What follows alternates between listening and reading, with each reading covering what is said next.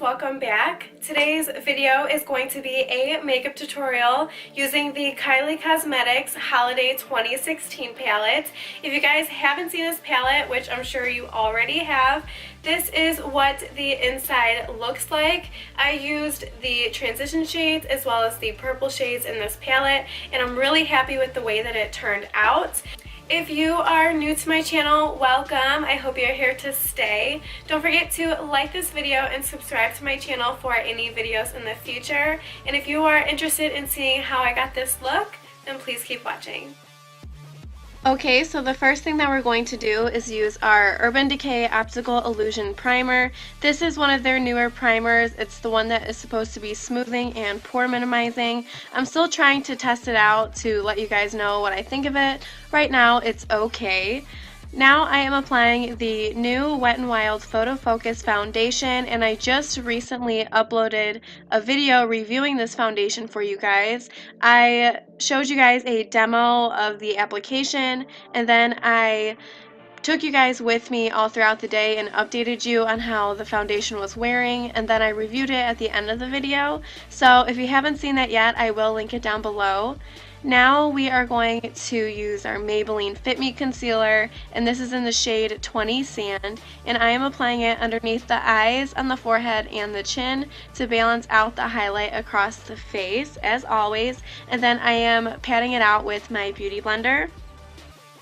After we apply that concealer, we are going to go into our Coty Airspun Loose Powder as always and setting it underneath the eyes and everywhere where we applied that concealer. And because the concealer is so creamy and the foundation is a little bit tacky, I do like to go in and take a huge fluffy powder brush and set the foundation and the concealer on the rest of the face. So now we're going in with our Kylie Cosmetics Holiday Palette, and I am going into the lighter transition shade with my Sigma E40 blending brush and sweeping that in the crease and kind of sloppily on the lid just to blend the color down because we are going to do a halo eye today.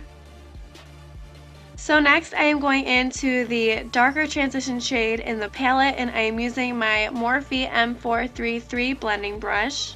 And I am dispensing this color into the crease and on the inner and outer corners as well.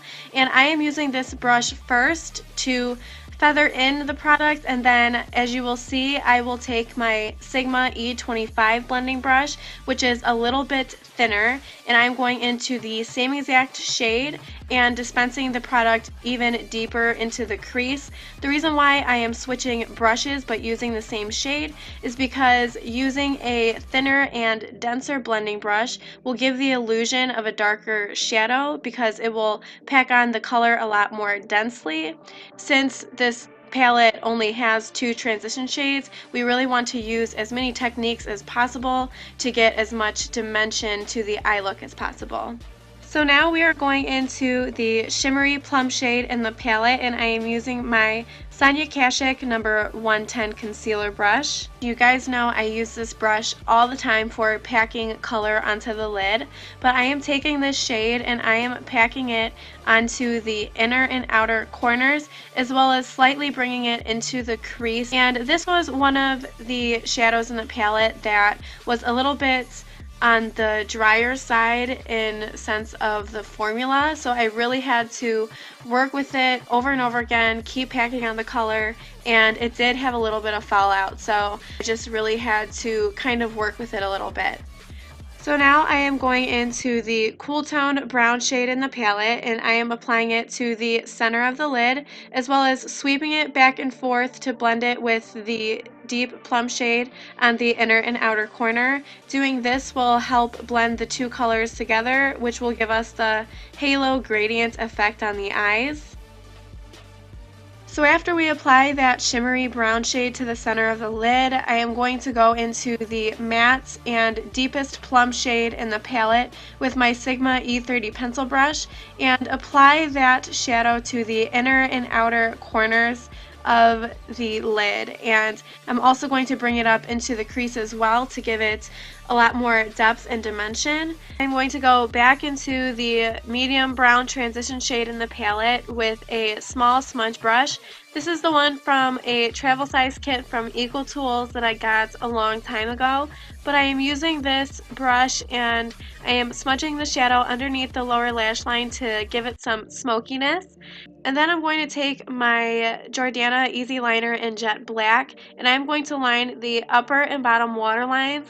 I didn't include the clips just because it's a little creepy to see people line their waterline, so I just left that out, but just know that I did line my upper and bottom waterlines. And then I'm going to take the same exact smudge brush and go back into the dark plum shade in the palette, and I am applying that more deeply into the inner and outer corner to smoke it out even more and darken it up a bit. So now I am going to go back into the shimmery plum shade in the palette with my Sigma E15 flat definer brush, and I'm going to smudge out the black liner on the lower lash line to smoke out the lower lash line even more.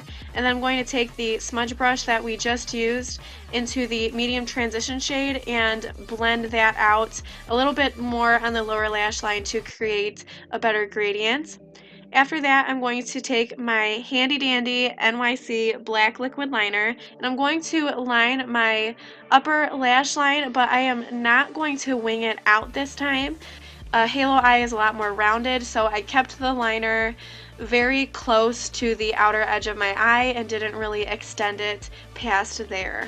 If you are any lighter than my skin tone, then you may need to use a separate shadow for your brow bone and inner corner highlights, but I just so happen to be dark enough to be able to use this shadow as a brow bone and inner corner highlight, so that's what I did. After that, we are going to move on to the face. I am using my MAC Mineralized Skin Finish Natural in the shade Medium Tan. We are going to use this as a bronzer today, and I'm using the e.l.f. blush brush to apply the bronzer on my cheeks, and then I'm using a big fluffy powder brush to apply the bronzer on the corners of the forehead. After that, we are going to go into our Kat Von D Shade and Light contour palette into the lightest contour shade, and I am using the e.l.f. Flawless Concealer Brush as my contour brush. After we apply that, I'm going to go into the NYX Ombre Blush in the shade Mauve Me. I am applying that with the e.l.f. blush brush as well, and then blending everything together with a clean flat top powder brush from e.l.f. I totally forgot to apply my mascara and lashes, so I applied the L'Oreal Voluminous Primer Mascara and then topped it off with the CoverGirl Super Sizer Mascara. And then the lashes I used today were the Flutter Lashes in the style Intoxicating, and I used the Duo Glue that comes in the bottle that has a brush applicator, and I applied those lashes using tweezers and made sure to press the lashes together with my natural lashes. The highlighter that we're using today is the highlighting powder from Wet n Wild in the shade Precious Petals. This was originally limited edition, but they now have it on their website, and I found it on Walmart's website as well, so I'm really hoping that they made it permanent. But I applied that on the tops of the cheekbones, on the cupid's bow, and on the upper part of the bridge of the nose. So now I'm going in with Love Bite from Kylie Cosmetics, and I'm applying the lip liner first. I mentioned in my Best of Beauty video that I loved the formula of the lip liner and liquid lipstick together from the Kylie lip kits. I think that in order to achieve maximum quality of these products, you have to use them together, and together they make the lip products very smooth and flawless in my opinion. So I love this color that we're applying right now, and I feel like it goes really well with the eye look that we created today.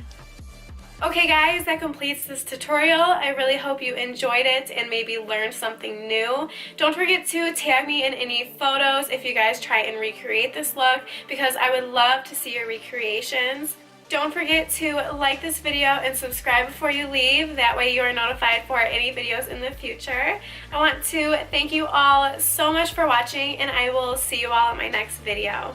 Bye guys.